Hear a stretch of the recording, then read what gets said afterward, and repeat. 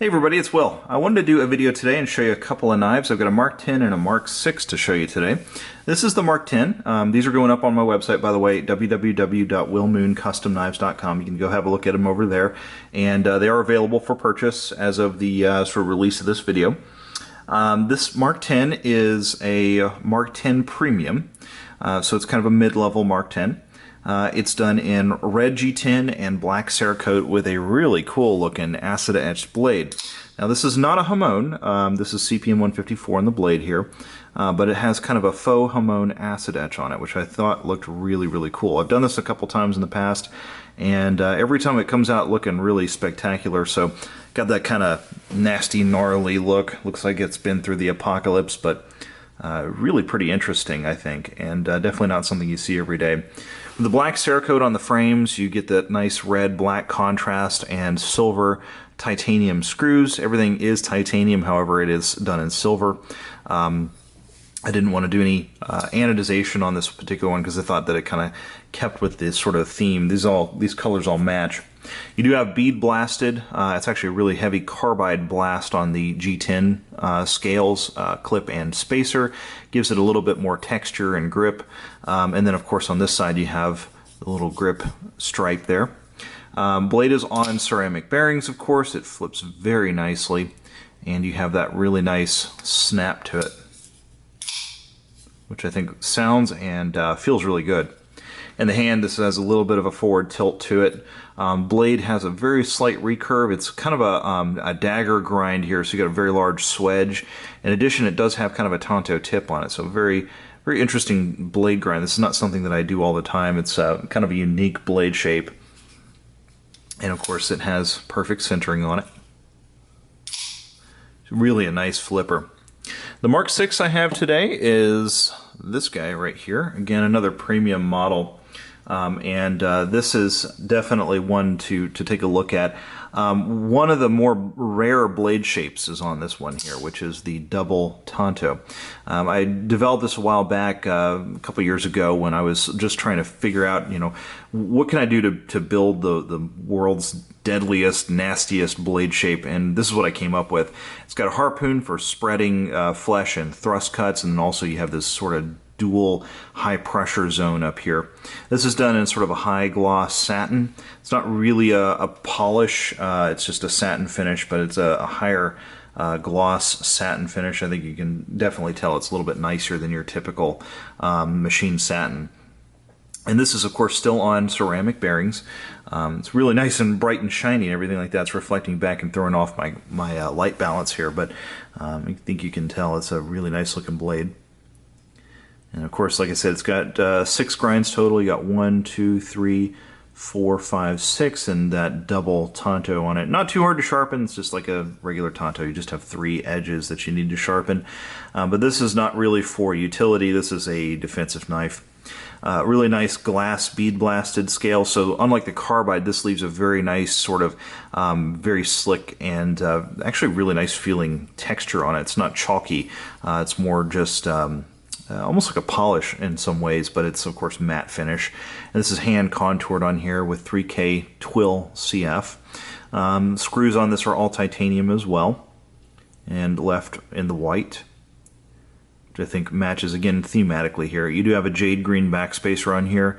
One of the options for this is, at some point in the future, if you want to have Moonglow put in that's possible as well. Titanium pocket clip on it, and titanium screws on that. There's your lockup. By the way, I didn't show you the lockup on this one here. About 25% on each. And blade is centered. And I think a really nice action. The Mark 6 as opposed to the Mark 10. So the Mark 10 is a little snappier, and there's a reason for that. For one, the Mark 6 I think has just got a slightly different balance of the blade. The weight and the blade ratio is a little bit different than the Mark 10. And also this particular one has got quite a lot of weight removed from it. So there's a lot of weight closer on the Mark 10 to the pivot. And as this thing opens, physically you're having to move less weight up here at the tip, whereas the Mark 6 is a little bit different. It has a little bit more weight at the tip, and versus the around the pivot, so the distribution is slightly different. There you can see the two blade shapes next to each other. I think very nice looking. This is kind of an interesting cross-section of the type of work that I do. You know, I'm known for primarily putting out very clean looking knives, things that have, you know, very clean finishes and whatnot, this kind of thing basically, and a very clean aesthetic overall. But you know, if I really want to get into the sort of apocalyptic looking stuff, I can, and I do on occasion. It's not really my forte. It's not the kind of knives that I enjoy making quite as much.